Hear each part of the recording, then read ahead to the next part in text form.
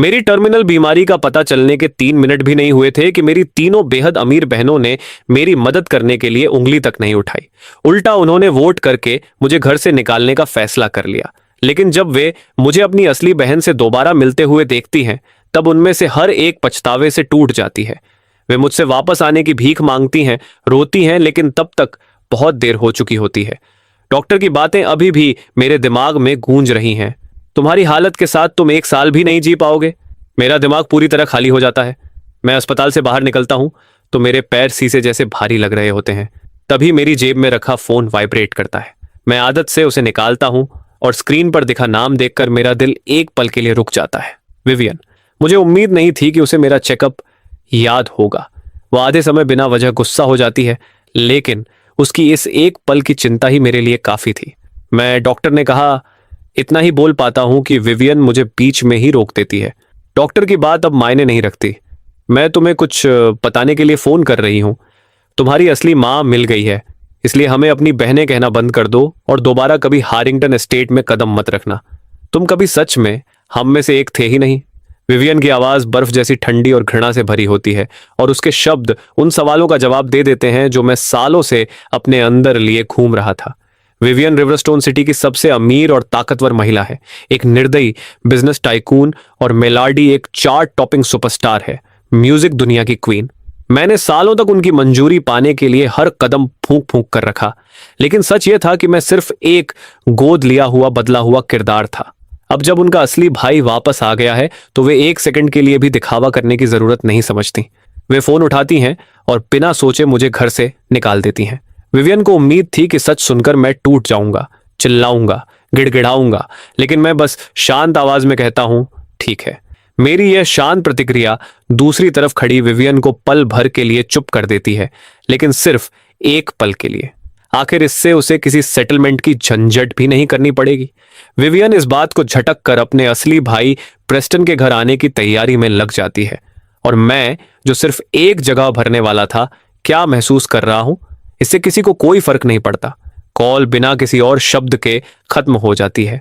Buttler hedge दरवाजा खटखटाकर अंदर आता है और विवियन के आने वाले डिनर के लिए उसका आउटफिट लाकर देता है। हर कपड़ा सबसे बेहतरीन टेलर से कस्टम बनाया हुआ, और गहनों की कीमत ही करोड़ों में। विवियन के मन में अगर जरा सा भी अपराध बोध था तो वह उसी पल खत्म हो जाता है। आखिर उसने किसी ऐसे इंसान को जिसका इस दुनिया से कोई लेना देना नहीं था, सालों तक लग्जरी में जीने दिया था। फिर शिकायत किस बात की? हेज, मुझे हमेशा की तरह एक कटोरा नूडल्स चाहिए। बटलर हेज एक पल के लिए झिझकता है, फिर सिर हिलाकर चला जाता है। 15 मिनट बाद नूडल्स आ जाते हैं।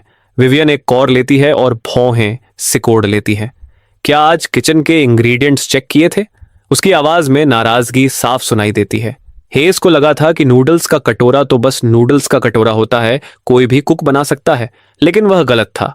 विवियन साफ तौर पर संतुष्ट नहीं है। हेज थोड़ी देर सोचकर कहता है, इंग्रेडिएंट्स तो ठीक है, मैंने खुद चेक किए थे। बस अब तक आपके नूडल्स एस्टन ही बनाते थे, शायद इसलिए स्वाद अलग लग रहा है। मैं शेफ से अभी ठीक करवाता हूं। विवियन उसे रोक देती है। तुम्हारा क्या मतलब है? मैं 1 साल से हर सुबह नूडल्स खा रही हूं। क्या तुम कह रहे हो कि हर बार एस्टन ही बनाता था? बटलर हेज सिर हिला देता है।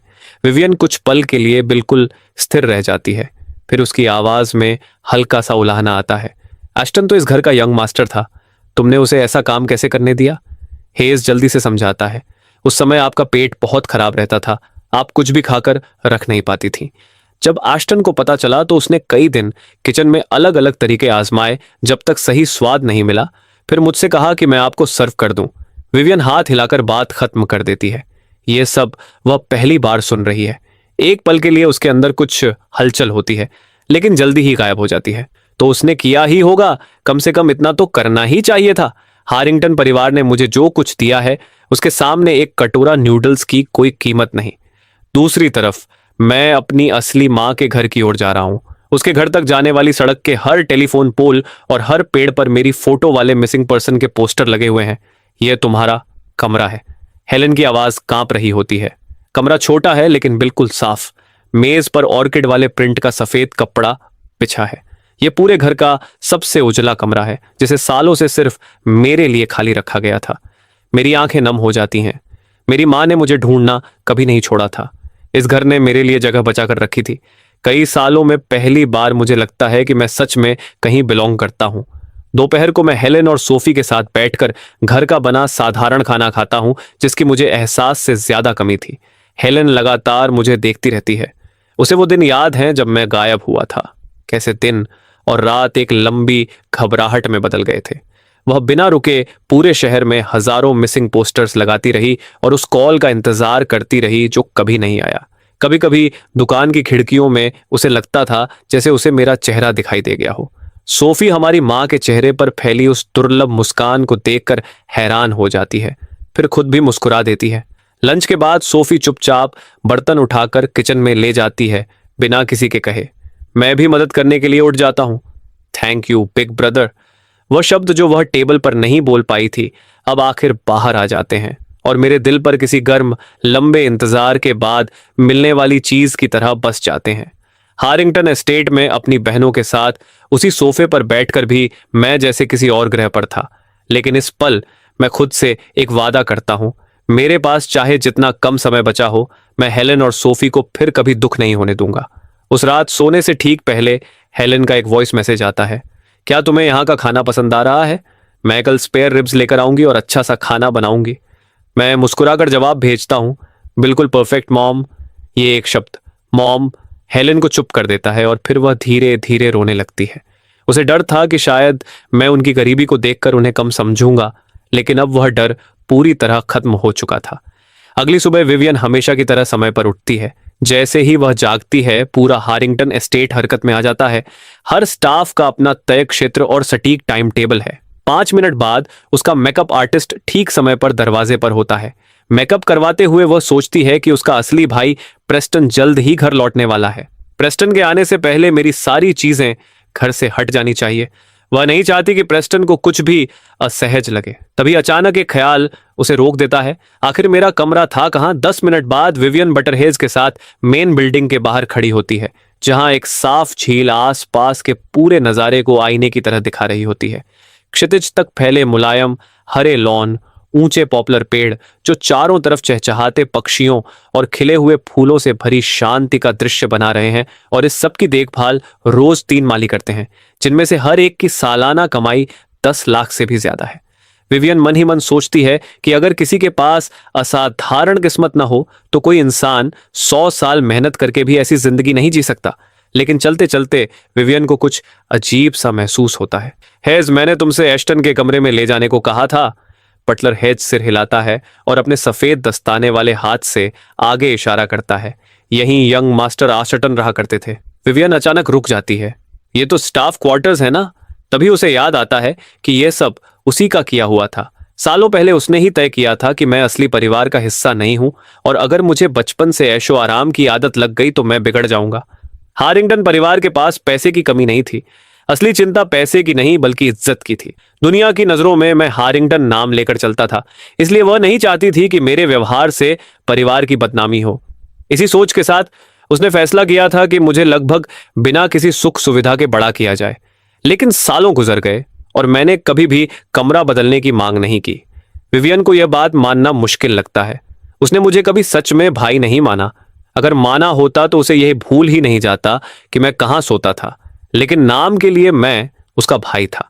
अगर मैं बस एक बार भी कह देता तो क्या वह सच में मना कर देती? बटलर हेज कुछ कहना चाहता है लेकिन खुद को रोक लेता है, क्योंकि एक बाहरी आदमी होकर भी वह साफ देख सकता था कि विवियन के दिल में मेरे लिए कितनी गहरी नफरत हमेशा से थी। कितनी ही बार मैं स्कूल से उत्साह में घर लौटता, कोई मजेदार किस्सा या अपने अच्छे नंबर बताने के लिए, लेकिन विवियन मुझे बोलने से पहले ही चुप करा देती। कई बार जब बटलर हेज मेरी हालत के बारे में उसे बताने की कोशिश करता, तब भी वह गुस्से में उसे चुप रहने को कह देती।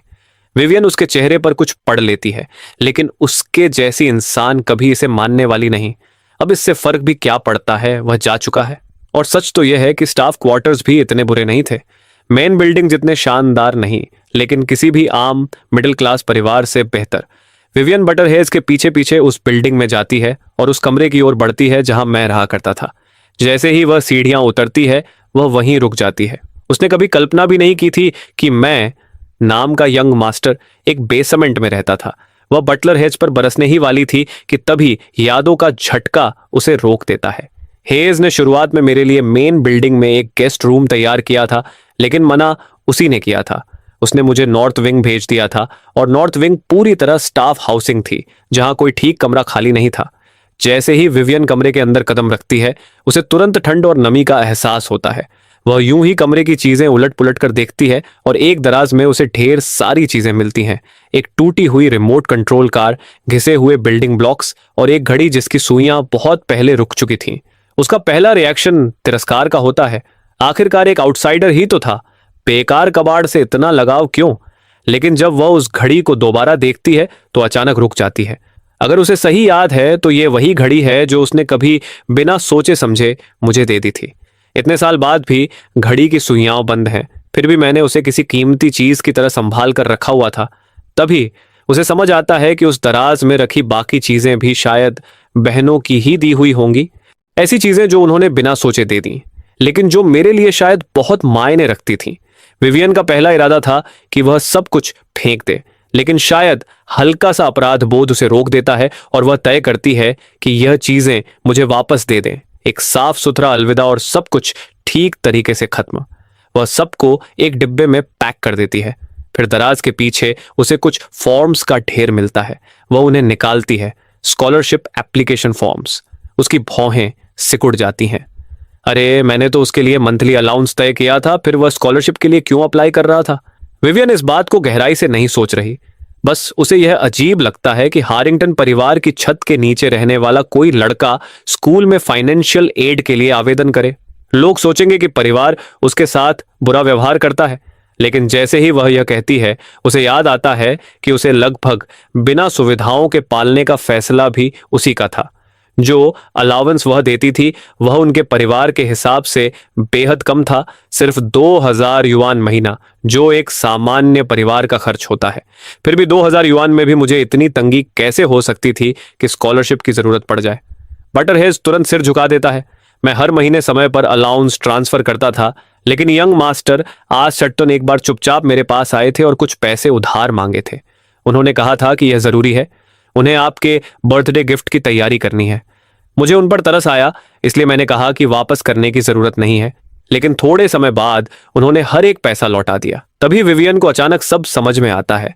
इन सालों में हर बर्थडे पर मैं सच में मेहनत से उसके लिए गिफ्ट तैयार करता था और वह हर बार अगले ही दिन उसे कूड़ेदान में फेंक देती थी। अगली सुबह मेरी मुलाकात विवियन से हो जाती है। वह मुझे देखकर रुक जाती है, थोड़ी हैरान। रुको, मत जाओ, मुझे तुम्हें कुछ देना है। मैं ऐसे चलता रहता हूं जैसे मैंने कुछ सुना ही नहीं। विवियन साफ तौर पर चौंक जाती है, क्योंकि उसकी दुनिया में मैं हमेशा उसकी हर बात बिना सवाल माने करता था। तो यह अचानक ठंडी दूरी क्यों? वह भौहें सिकोड़ती है, फिर खुद को संभाल लेती है। वह अपने असिस्टेंट से पुराना डिब्बा लेती है और कहती है, एस्टन, ये तुम्हारे पुराने कमरे की चीजें हैं। कुछ और सामान मेरी कार में है, मैं किसी से तुम्हारे घर भिजवा दूंगी। आखिरकार मैं रुकता हूं, डिब्बा लेता हूं, उसे खोलकर एक नजर अंदर डालता हूं और सपाट आवाज में कहता हूं, थैंक्स मिस हारिंगटन। विवियन अभी तक इस संबोधन को समझ भी नहीं पाती कि मैं वह पूरा डिब्बा सीधे पास के कूड़ेदान में फेंक देता हूं। जब तक वह संभलती है, मैं जा चुका होता हूं। पास खड़ी राइली खुद को रोक नहीं पाती। विवियन, आप इतनी दूर से उसकी चीजें लौटाने आई और उसने यही किया। आपको खुद ही सब फेंक देना चाहिए था। हारिंगटन परिवार ने उसे सालों पाला, देश की सबसे अच्छी यूनिवर्सिटी में पढ़ाया। उन्हें किसी से माफी मांगने की जरूरत नहीं और उसमें जरा सी भी कृतज्ञता नहीं है। ऊपर से आपसे ऐसा व्यवहार, वह बस एक एहसान फरामोश सांप है।